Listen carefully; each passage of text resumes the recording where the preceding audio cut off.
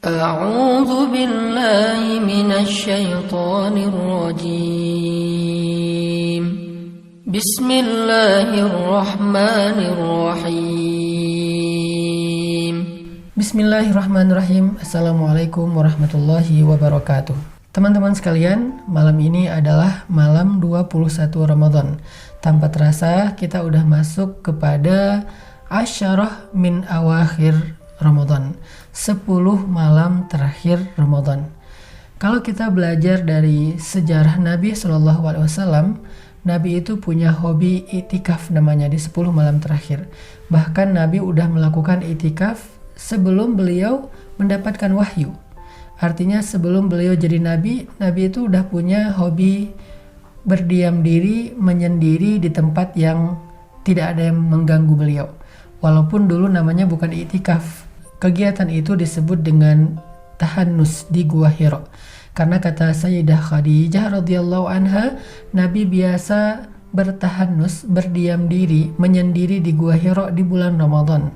Jika bekal beliau habis, beliau akan turun mengambil bekal dari rumahnya dan kembali lagi ke Gua Hira. Tapi setelah Islam, maka Nabi tidak pernah lagi ke Gua Hira karena itu bukan syariat Islam. Nabi baru ke Gua Hira karena beliau diusir dari Taif dan beliau tidak bisa pulang ke kota Mekah. Cuman itu sekali-kalinya Nabi ke Gua Hira setelah Nabi dapat wahyu. Lalu bagaimana dengan ibadah itikaf setelah Islam? Setelah Islam, Nabi membiasakan itikaf di depan Ka'bah. Salah satu di antara adegan itikaf yang sangat mengharukan adalah itikafnya Nabi sepulang dari Taif, lalu beliau ke Gua Hira. Di Gua Hira beliau kemudian dijemput oleh seorang laki-laki namanya Mut'im bin Adi, diberikan jaminan bisa masuk kota Mekah. Setelah beliau masuk kota Mekah, beliau nggak tahu harus tinggal dan bermalam di rumah siapa. Akhirnya Nabi bermalam dan beritikaf di depan Ka'bah sampai beliau tertidur di depan Ka'bah.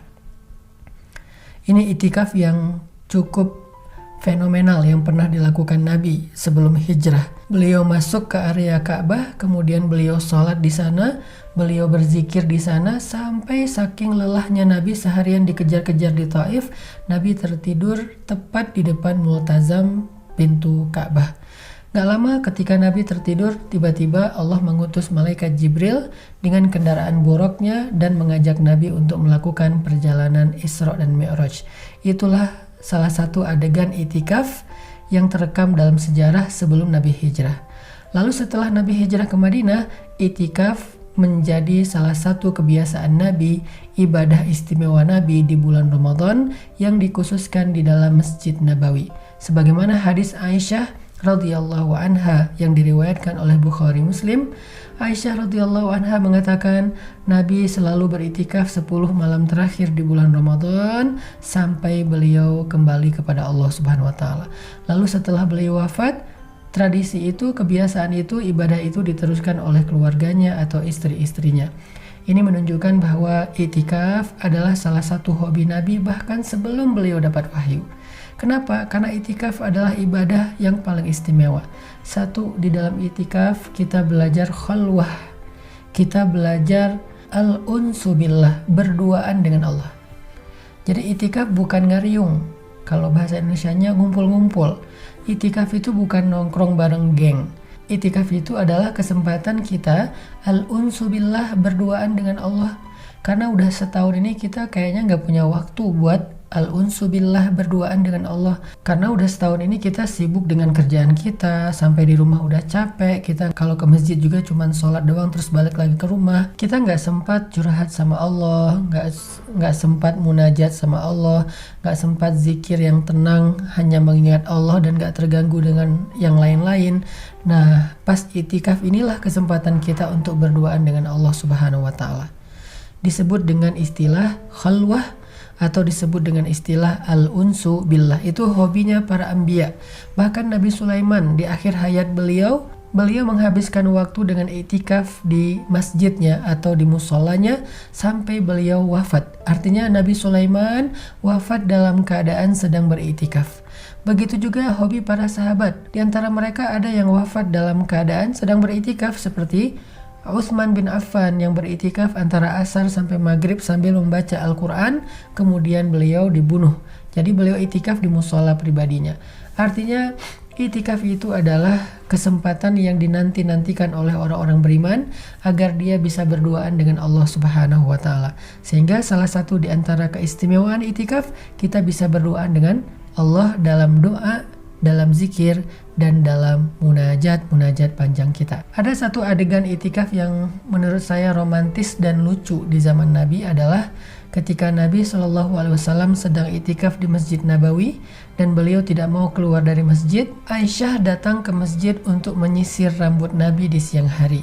Jadi ketika Nabi habis mandi pagi, maka Nabi meminta kepada Aisyah untuk merapihkan rambut beliau secara romantis dengan disisir oleh Sayyidah Aisyah. Ini menunjukkan bahwa itikaf itu memang harusnya di masjid. Kecuali dalam kondisi darurat kayak sekarang, kita mungkin boleh itikaf di rumah atau di musola pribadi kita, tapi tetap dengan menjaga adab-adab itikaf seolah-olah kita sedang beritikaf di masjid.